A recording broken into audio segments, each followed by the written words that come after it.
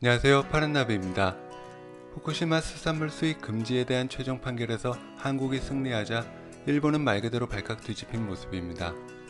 1심이 뒤집힌 전례가 없었다는 점을 믿고 안심하다가 맞이한 패배라 충격이 더한 모습인데, 이에 대해 외교 능력이 없다는 질책과 함께 누군가 책임을 져야 한다며 정부를 향한 비판이 빗발치고 있죠. 상황이 이러자 아베 총리의 행보가 바빠졌습니다. 최근 일본의 올림픽 담당 장관이 부흥 이상으로 중요한 것이 정치가라며 막대한 피해를 본 후쿠시마 지역의 부흥보다 정치가가 중요하다는 뉘앙스의 발언을 해서 민심이 나빠졌는데, 후쿠시마 지역에 대한 WTO 분쟁 패소까지 겹치자 5년 7개월 만에 후쿠시마 지역을 찾으며 민심 달래기에 나서는 상황입니다.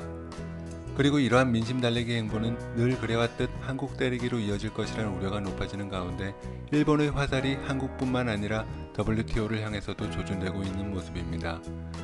이번 패소 판결을 받아들일 수 없다던 일본 외무상은 WTO 분쟁 처리 기능에 문제가 있다며 상소기구의 정원이 7명이지만 심리에 필요한 인원은 3명뿐이라 제 기능을 못하니 개혁해야 한다는 것입니다. 이를 두고 상황이 몹시 다급하다며 개혁의 필요성을 주장하고 있는데, 이러한 주장은 일본의 관방장관을 비롯해 언론까지 합세한 상황으로 각국이 협조해 새로운 규칙을 만들어야 세계의 다각적 무역체제가 유지되고 강화될 수 있으며, 이를 위해 일본이 앞장서 WTO 개혁에 필요한 노력을 게을리해서는 안된다는 의지를 보이고 있습니다.